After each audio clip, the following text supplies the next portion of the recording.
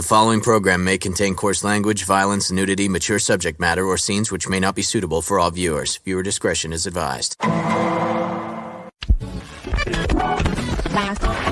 All Hit Radio.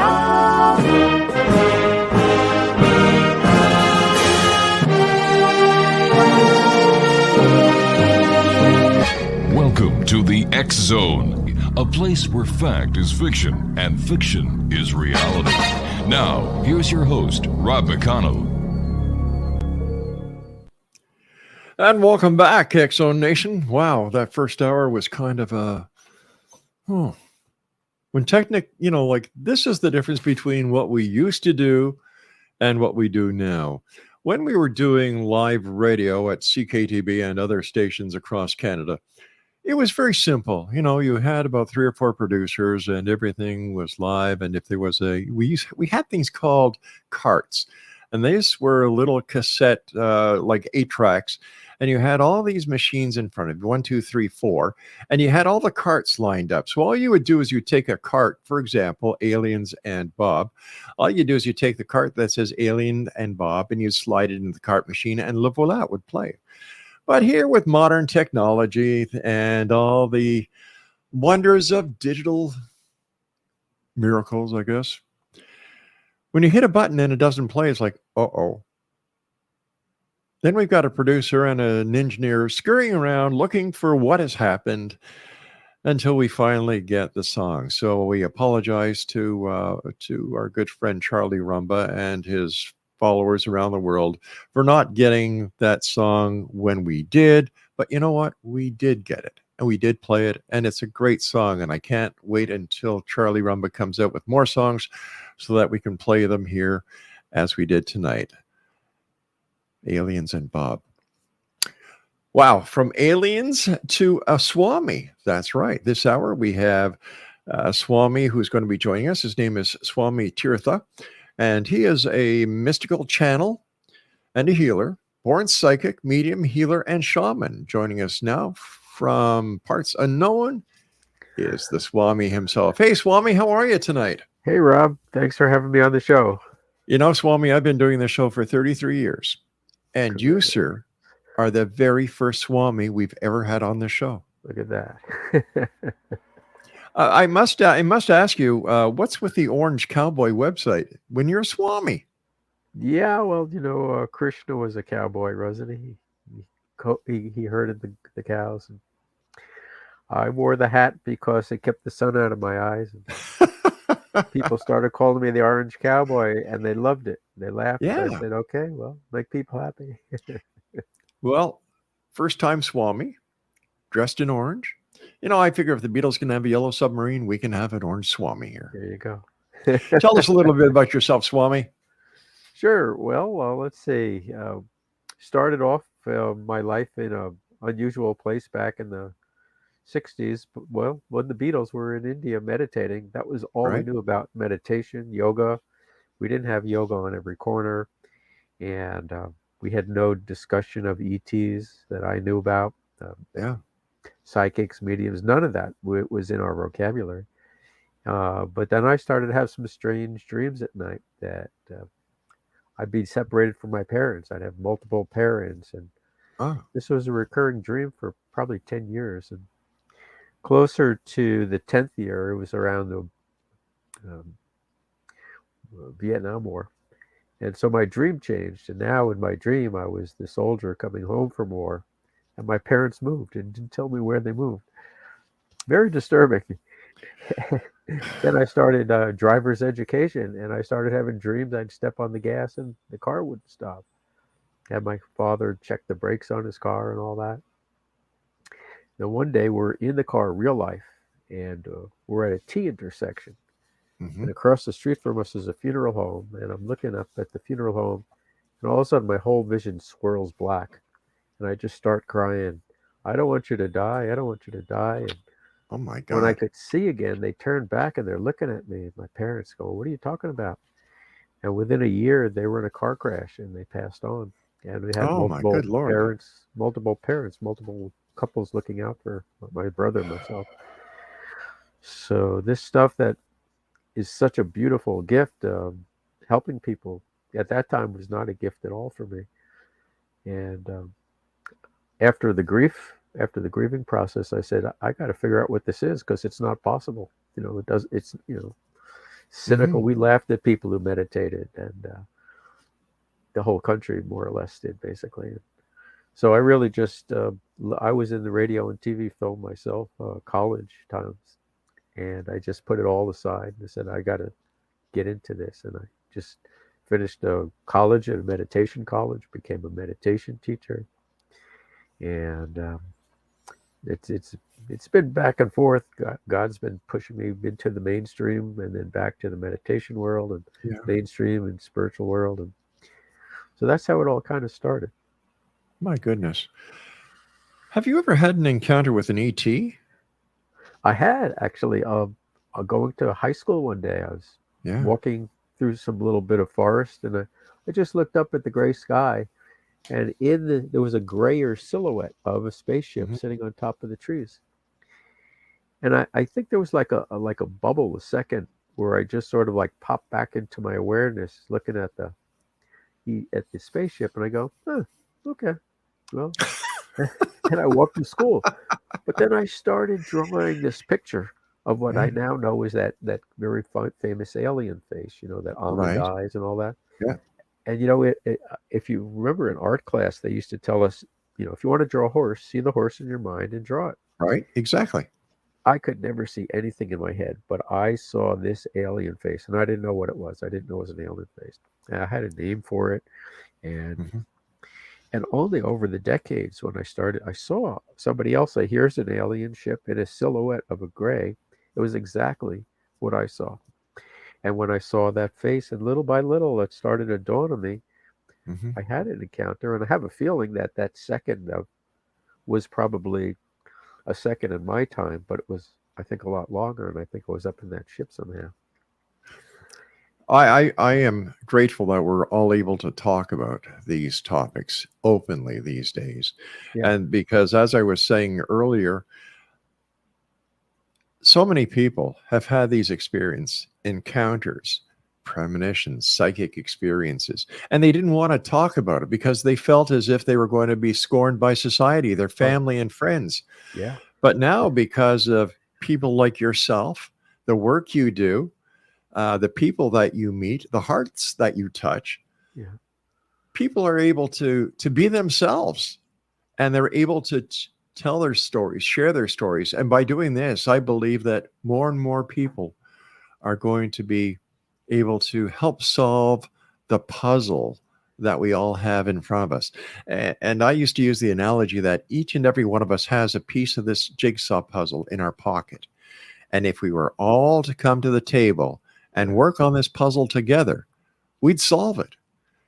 And I think the time is now where a lot of these puzzles are going to be solved, thanks to the quantum sciences that are starting to open up the universes to places that we've never had before. And of course, some members of the media, the people at Star Trek, Gene Roddenberry, look what he did, and so I really believe the time is now. What is your opinion, Swami? Yeah, 2012, you remember, that was the moment. Sure do. So in 2010, January 1st, I woke up New Year's Day just to a dream, another vision. I was in an elevator, the doors open. I was in Eden, and on either side of the elevator doors were the angels singing 2010 is 2012. And I wrote a song about it, and basically it's already started. That was the message of that song, of that vision. And they said that it's the age of celebration, the age of joy. And in actually 2012, I was in Guatemala, and I was invited to a Mayan celebration for the winter solstice. And the Mayan shaman said, all these white people are saying it's the end of the world. The Mayan calendar is the end of the world. He says, but nobody's asked the Mayans what they think about it. That's right. Yeah, my wife and I went down to Mexico and through Central America, and we were talking to the Mayans, and we were introduced to a Mayan prince and a Mayan elder. And I said to him, what is the Mayan calendar all about? What is 2012 all about? And he looked at me and he put a smile on his face. And he said, well, in your house on December 31st, you take the calendar off the fridge and put the new one up after midnight. I said, yeah. He said, well, that's all we're doing is we're putting up a new calendar. And I said, well, where did the myth and the misconception come from that it's the end of the world? He said, the media. Yeah. They jumped on it. Yeah. It's a way to sell product. And I'm saying, oh, my Lord. They are such a nice people. They have such an insight. Yeah. And they're one example of ancient wisdom that has been lost. Yeah. Yeah. So tell me, Swami, how did you get started with the metaphysical world? Was it because of the experiences that you had as a child, or did something else happen? Well, that was really it. That was the that was just, like the analogy of in the pine forest when the pine cones have the seeds, but they won't get born and grow into trees unless the parent trees burn and the heat releases the seed from the pine cone. And that pretty much summed it up, and I just devoted my whole life. But along the way, though, I had this. I was back working in television again in New York City and one of the networks, and every winter I'd get the flu, and it was miserable and cold, and I'd go to the health food stores looking for things to try out. And one year I found Ayurvedic medicine, and I had the flu, and I took this little stuff and I drank it, and my body I didn't know it was tilted, but it just straightened up, and I didn't have the flu anymore. I said, whoa. Wow. The flu wasn't something from outside of me. It was some imbalance. I got to learn more about this. Yeah, I guess. And so I studied Ayurveda. I became an Ayurvedic certified practitioner. Eventually started my own school for Ayurvedic practitioners, Vedic astrology. These are things that really touched me. I must figure I had a past life or multiple past lives in India. So it just, there are different layers of mysticism, of healing, of whatnot. I went to the Amazon rainforest around 2015, and we lived with the shamans in the Amazon rainforest, and they said to me, "Oh, based on your experiences, you from the ayahuasca, from the natem." They don't like the word ayahuasca because that's what the Spanish derogatory word of. Oh, was it?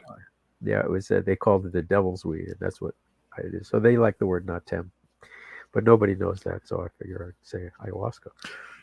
Swami, I hate to do this to you, my friend, but I've got to take a quick break. We'll be right back. And Exonation, if you'd like to contact the Swami, visit his website, orangecowboy.com. And we'll both be back on the other side as we continue here in the X-Zone from our broadcast center and studios in St. Catharines, Ontario, Canada. I'm Rob McConnell.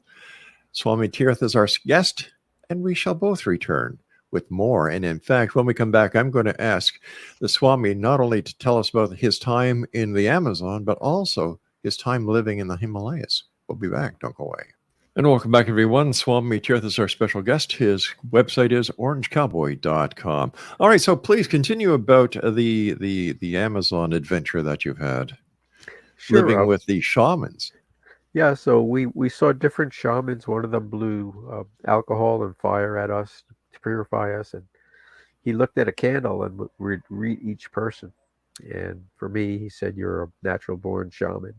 Mm-hmm. And then we went into the actual rainforest, and we did the herbal natem, and had dreams that night and shared them the next day. And he said, for me, that means you're a natural born shaman and a healer. And that was just pretty cool for me. It was a good validation of what I felt, but didn't know for sure. Did you actually partake with ayahuasca? Yes. Yeah. How was that? We hear stories of people getting violently ill after taking it, and then. Yeah. Well, everybody eventually threw up, but the way I mean, I did. It took me forever to throw up. Oh, there you go.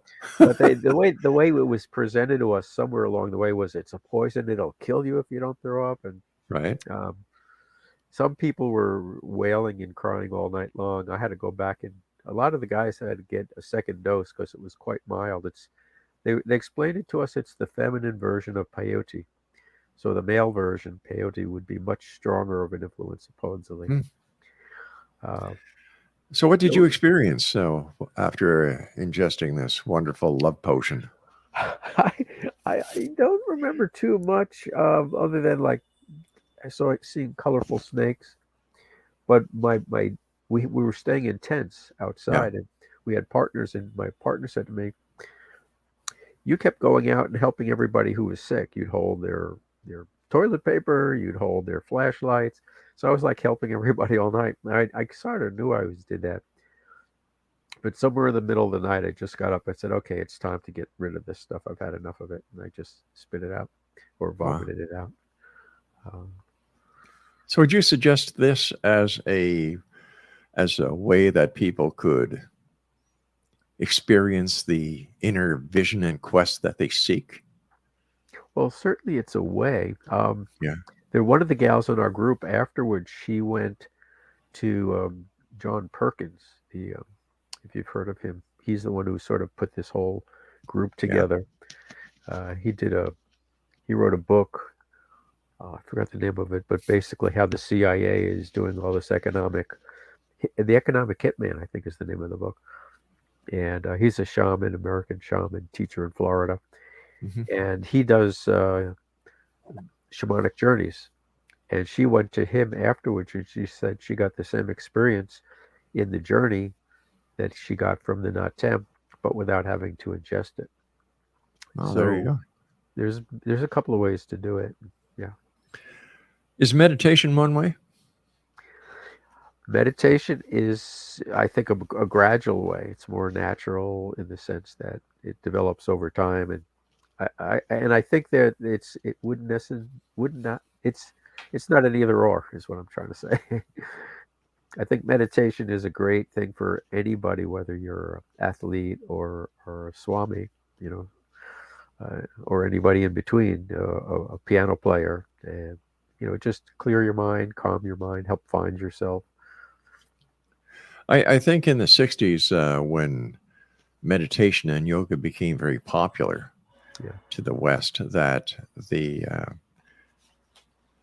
lotus flower position was the way to meditate. Right, and I think that turned a lot of people off of meditation. Right, the pretzel position. Yeah, the pretzel position. Yeah, there goes grandma had a hip surgery and she wants to do meditation. Yeah, all right. Call 911 now, because in about 30 minutes we're going to need them.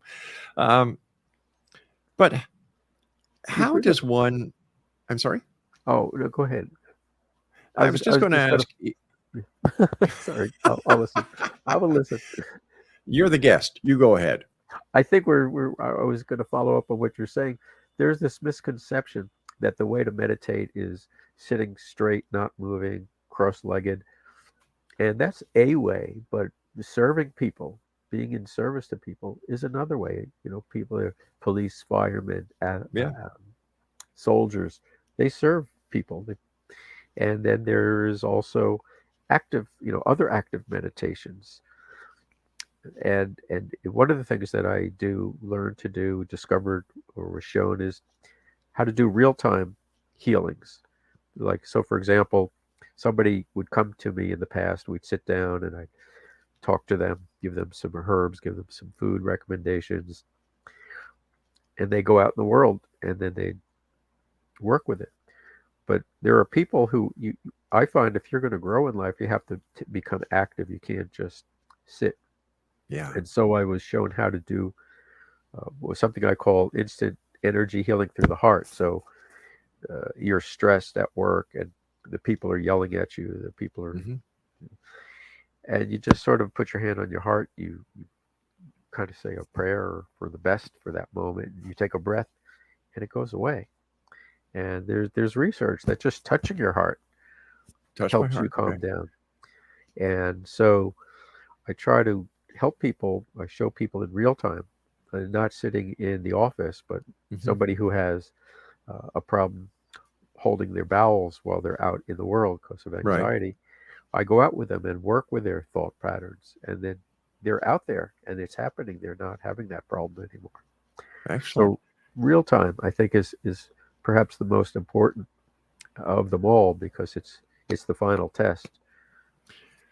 I have a cardiologist here in Hamilton. His name is Dr. Sullivan. And whenever he's talking to you, he has his hand on your heart. Wow. And it is. And I'm very blessed to have him as a cardiologist and as a friend. And I asked him once, I said, why do you put your hand on my heart? He says, because I want to connect. Beautiful. Yeah, I feel it. Yeah, it's wonderful. What are some of the other? What are some of yourself? You connect with yourself. Yeah. So all you have to do is, I don't know if you can see me, but I'm putting my hand on my heart, Right. and all I need to do is say a prayer or a mantra.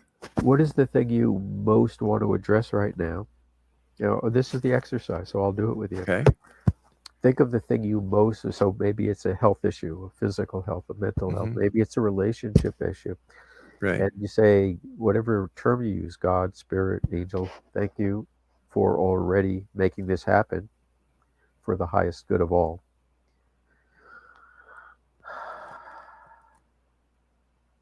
And then I would also have people, have them rate their level from 10 to the worst stress they're going through to 1, a mild stress. And after that one session, their points drop down. And we'll go through it a few times. I can feel it. Yeah. I can really feel it. And you could do that, and people don't know you're doing it. You could sit in the boardroom and do that. People could be yelling, and you just say, "Thank you, God."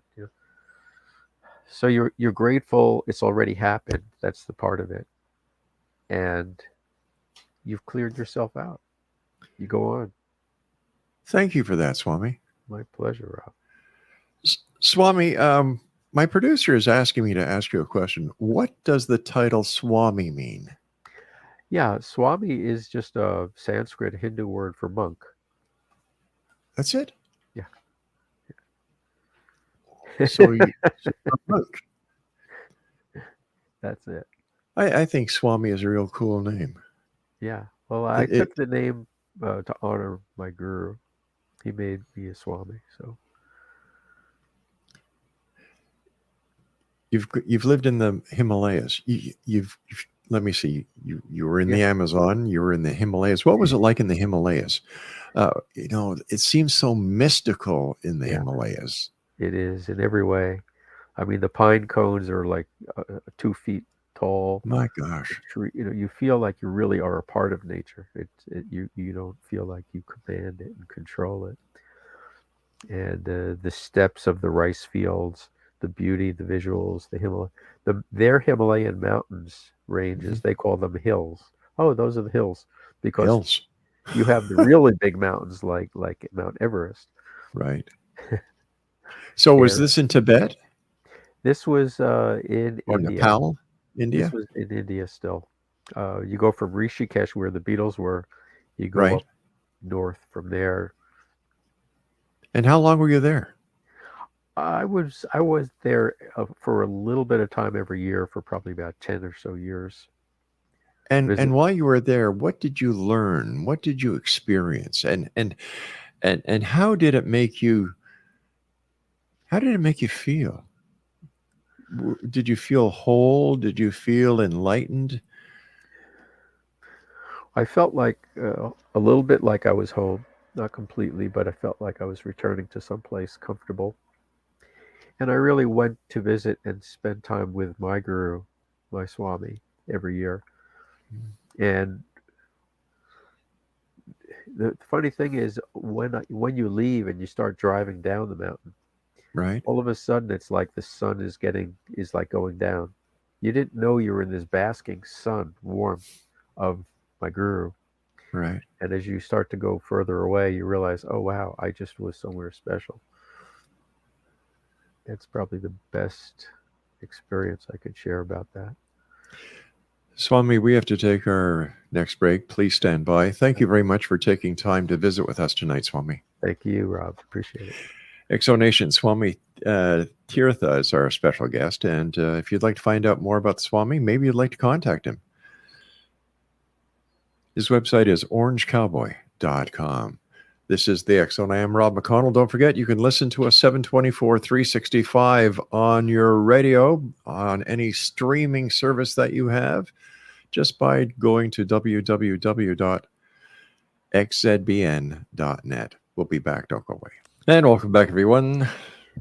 Swami TIRTHA is our special guest, orangecowboy.com.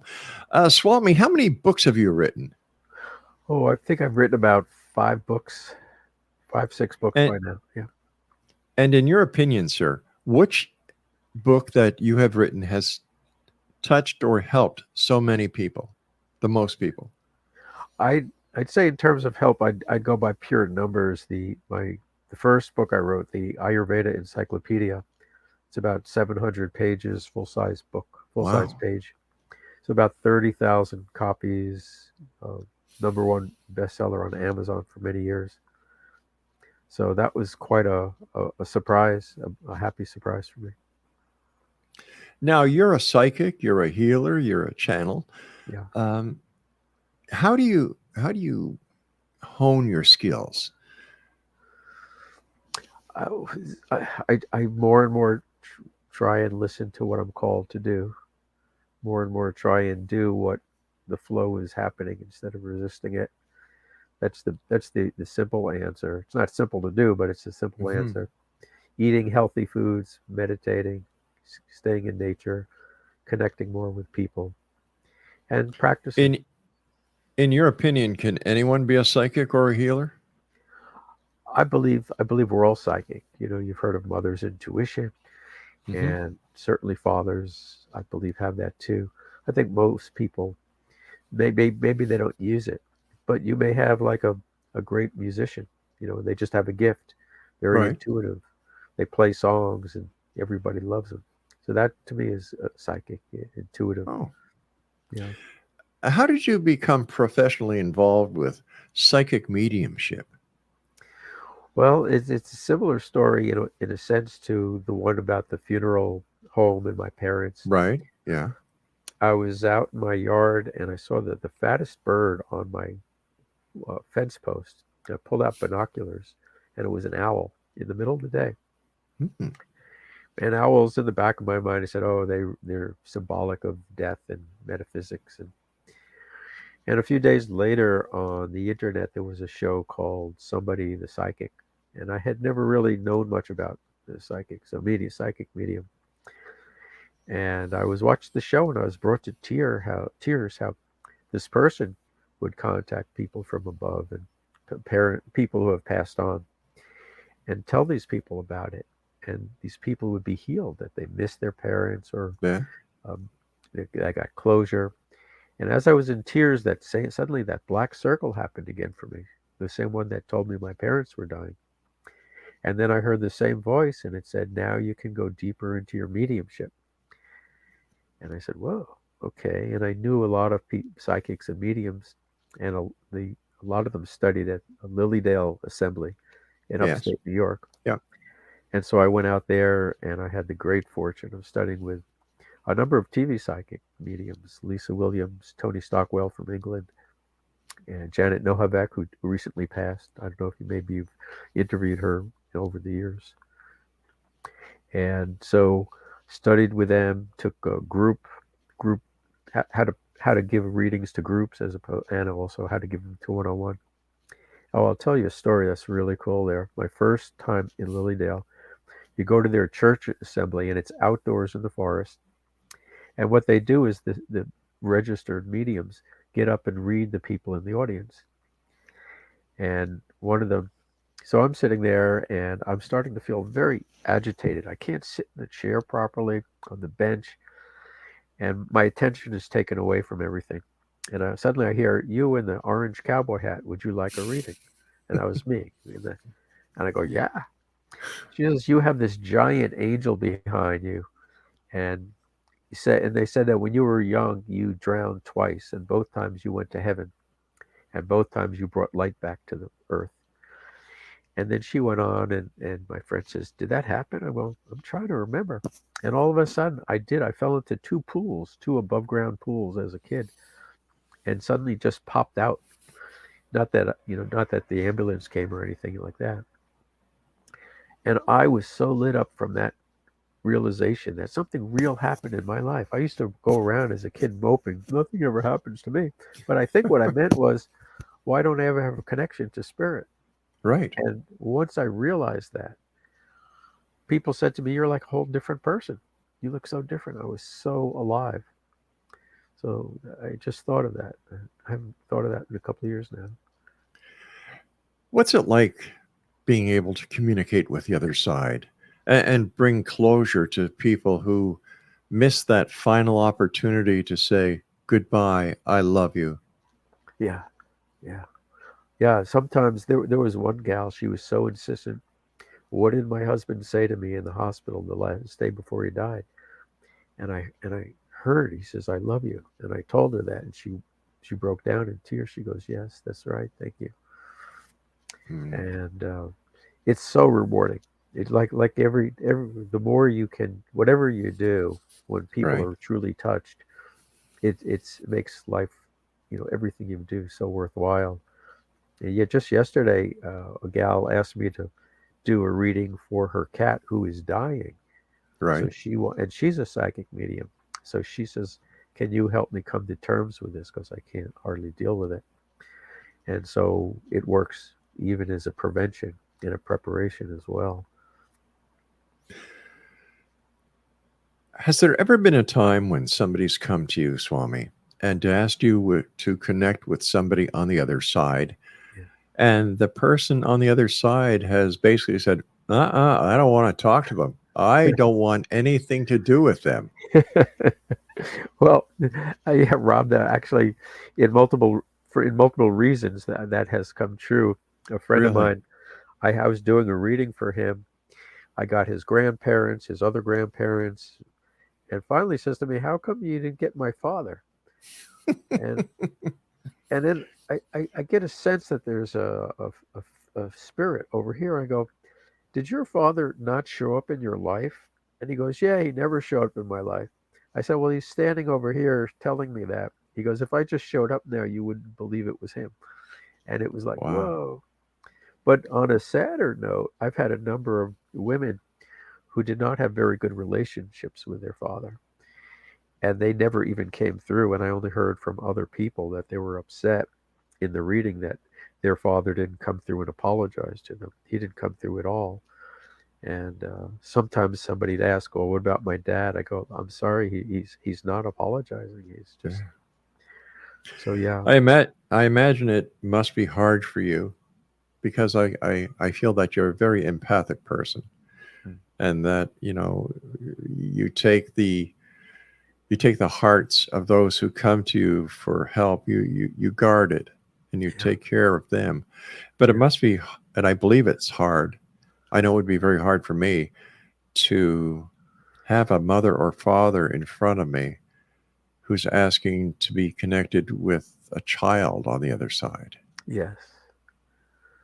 My grandparents said to me that it was the hardest thing for them to lose their children, meaning my parents. My Right. mother's mother told me that, and I yeah. So, but when the kids come through, and I'm what's called an evidential medium, which means I have to give you evidence of something that happened between you and them that only you would know about.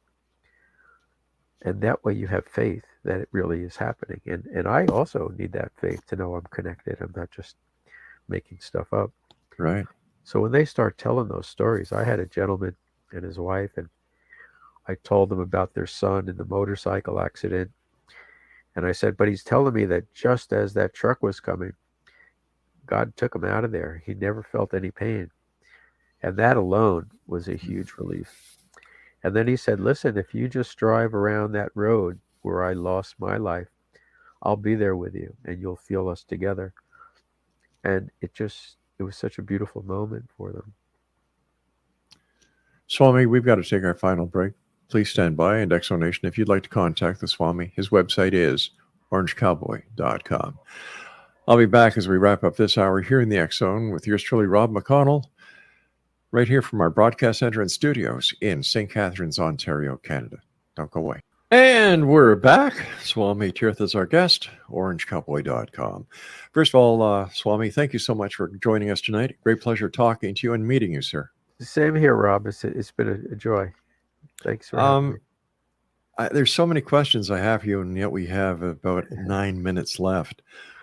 We'll have to have you back on, that's for sure. I'm sure you have many more stories to share with us. I'd be happy. It's great.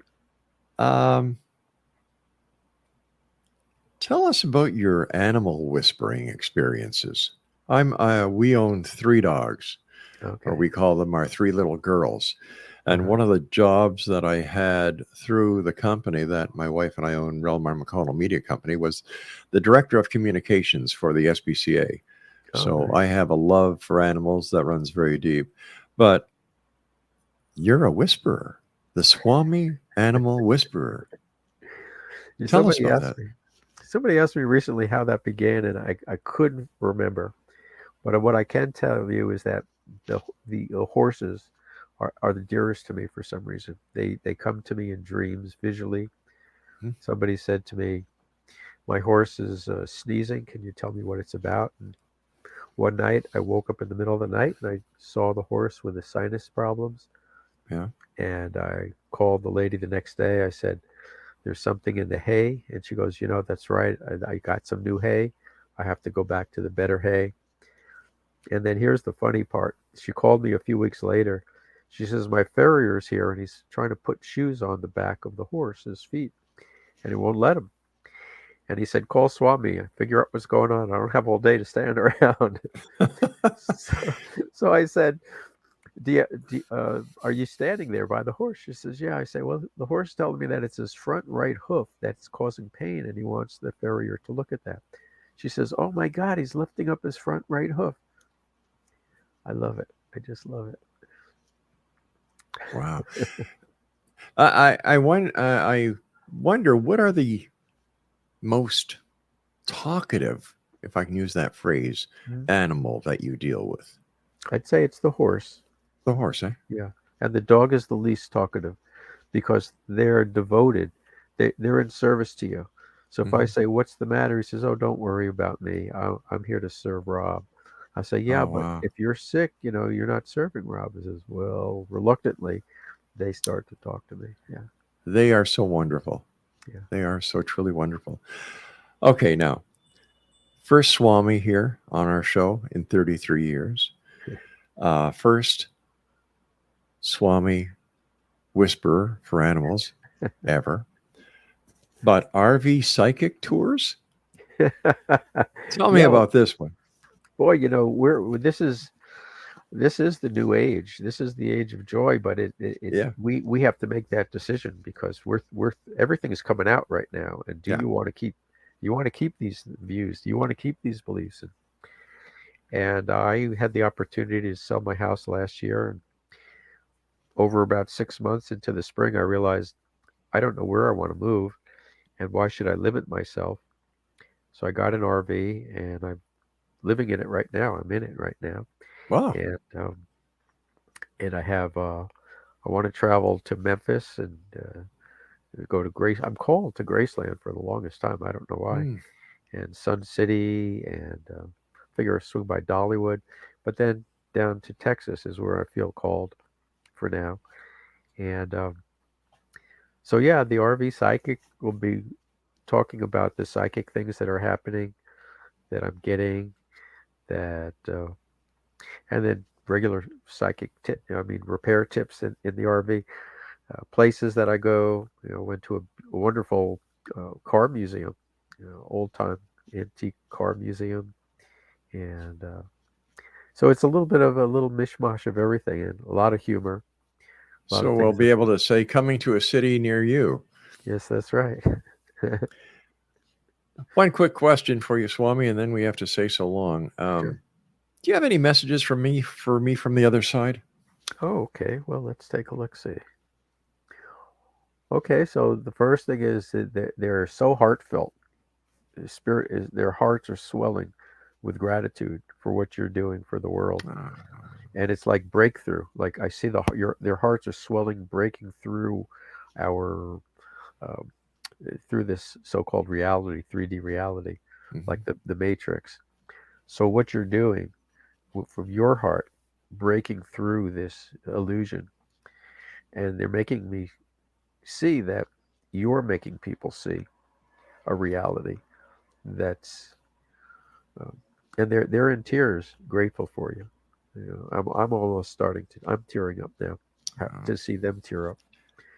So thank you is what they're saying.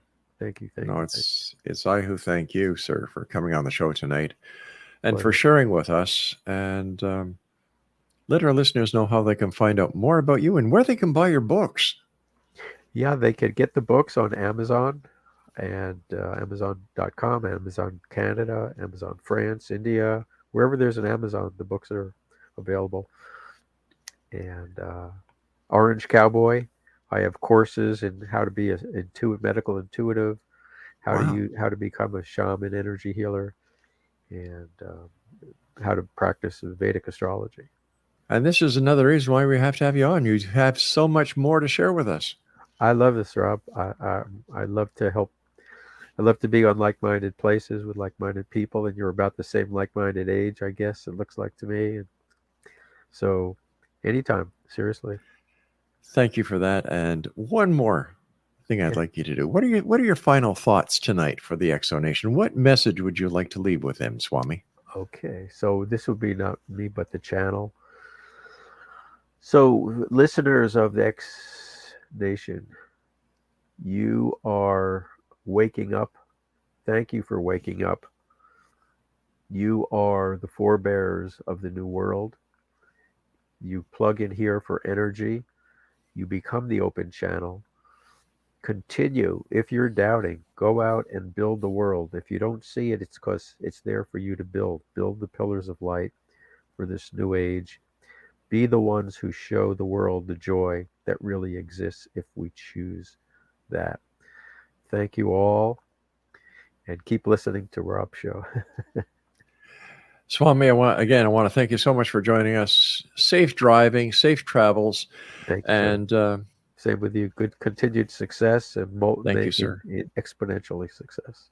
Thank you so much, Swami, and we'll see you again soon. Very good, Rob. Lots of love and joy, joy, joy. Take care, Swami and Exonation. If you'd like to have more information on our Swami that we've had here this hour, Swami TIRTHA, visit his website, orangecowboy.com. Now, I'll be back on the other side of this break at the top of the hour as we continue here in the X Zone, as this is the beginning of a new weekend. So wherever you are, wherever you're traveling, number one, take care of each other. We are each other's brother. Love your family. Give your kids a hug. Give your wife a hug. Tell them how important they are to you. And keep listening and watching the X Zone TV show and radio show. And if you'd like to listen to the radio show, if wherever you are in your car, on the beach, at the office, that'd be nice. www.xzbn.net. We'll be back at the top of the hour with Lloyd Auerbach. Don't go away.